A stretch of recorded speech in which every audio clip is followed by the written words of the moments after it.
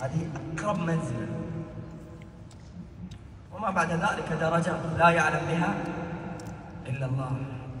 لكن الله سبحانه وتعالى قال ماذا؟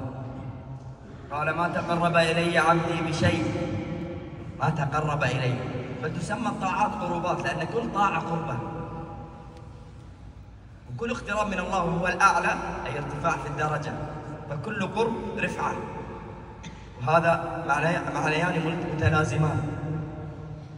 الشاهد قال وما تقرب إلي عبدي بشيء أحب إلي مما افترضته عليه. أعظم ما تتقرب به إلى الله إقامة الفرائض، ولا يزال عبدي يتقرب إلي بالنوافل،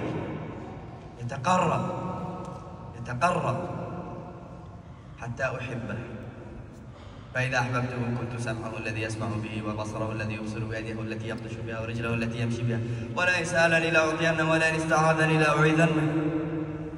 في حديث آخر يقول من تقرب إلي شبرا تقربت إليه ذراعا، ومن تقرب إلي ذراعا تقرب. لابد تستحضر هذا المعنى.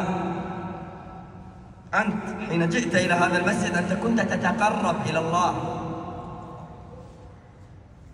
لذلك قال من حادا جاء في الساعة الأولى فكأنما قرب بدنه، وهكذا بقرة وكبش ودجاجة إلى البيضة.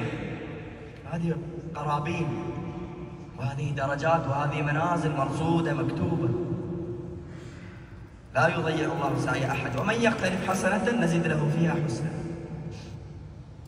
أما المحروم، تريد علامات المحروم؟ المحروم من لا يدخل بيت الله، مطرود من البيت، لا يدخل. المحروم من يسمع أن أهل القرآن هم أهل الله وخاصته، وليس هذا حكرا على حفظته أو من استودعوه في صدورهم، وإن كان هؤلاء يعني نرجو لهم، لكن أهل القرآن هم العاملون به الذين يتلونه حق تلاوته، هم أهل الله، هم أقرب الناس إلى الله.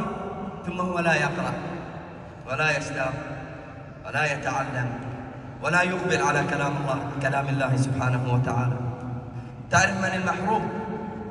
المحروم من يرى أهل الصدقات وأهل الأموال يسارعون في الخيرات، ثم هو يبخل، وإذا حضرت شهواته ونزواته وهواياته أنفق ولم يسأل ولم يشعر، وأتلف المال وسلط على هلكته بالباطل الذي لا ينفعه.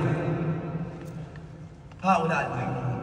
أما المقرب السابق فتعرفونه، أولئك يسارعون في الخيرات وهم لها سابقون.